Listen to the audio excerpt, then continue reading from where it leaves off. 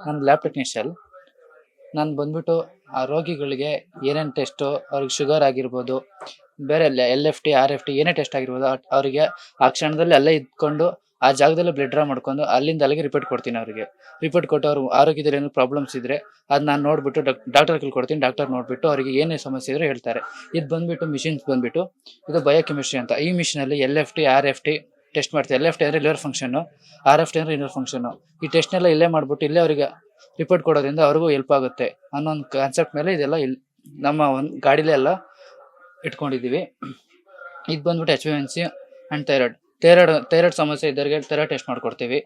HbA1c ಅಂದರೆ sugar test ಎಲ್ಲ ಮಾಡ್ಕೊಂಡು ಕೊಡ್ತೀವಿ. ನೆಕ್ಸ್ಟ್ ಇದು ಬಂದ್ಬಿಟ್ಟು ಯೂರಿನ್ ಟೆಸ್ಟ್. ಯೂರಿನಲ್ಲಿ ಏನಾದ್ರು ಪ್ರಾಬ್ಲಮ್ ಇದ್ರೆ, ಯೂರಿನಲ್ಲಿ ಏನಾದ್ರು ಬ್ಯಾಕ್ಟೀರಿಯಾಸ್ ಏನಾದ್ರು ಪ್ರಾಬ್ಲಮ್ಸ್ ಇದ್ರೆ, ಫಿಮೇಲ್ ಆಗಿರ್ಬೋದು, ಮೇಲ್ ಆಗಿರ್ಬೋದು, ಏನೇ ಪ್ರಾಬ್ಲಮ್ಸ್ ಇದ್ರು ಅವರಿಗೆ ಹೆಲ್ಪ್ ಆಗಲಿ ಅಂತ ಹೇಳ್ಬಿಟ್ಟು ಈ ಗಾಡಿ ಒಳಗೆ ಎಲ್ಲ ಅರೇಂಜ್ ಮಾಡಿಕೊಟ್ಟಿದ್ದಾರೆ. ನೆಕ್ಸ್ಟ್ ಇದು ಬಂದ್ಬಿಟ್ಟು ESR ಅಂತ. ESR ಅಂದಮೇಲೆ ಇದು TB ಕಾಯಿಲೆ, ಅದಕ್ಕೇನಾದ್ರು ಪ್ರಾಬ್ಲಮ್ಸ್ ಏನಾದ್ರು ಇದ್ರೆ ಇಲ್ಲಿಂದ ಇಲ್ಲೇ ಗೊತ್ತಾಗುತ್ತೆ. ಯಾಕಂದ್ರೆ ಬಿಸ್ತರಲ್ಲಿ ವರ್ಕ್ ಮಾಡ್ತಾ ಇರ್ತಾರೆ, ಏನಾದ್ರು ಪ್ರಾಬ್ಲಮ್ ಇದ್ದೇ ಇರುತ್ತೆ. ಅದನ್ನ ಆ ಕಾರಣಕ್ಕಾಗಿ ಇಲ್ಲಿಂದ ಇಲ್ಲಿಗೆ ಟೆಸ್ಟ್ ರಿಪೋರ್ಟ್ ಎಲ್ಲ ಕೊಡಬೇಕು ಅಂತ ಈ ಸೆಟ್ ಎಲ್ಲ ಹಾಕ್ಕೊಟ್ಟಿದ್ದಾರೆ.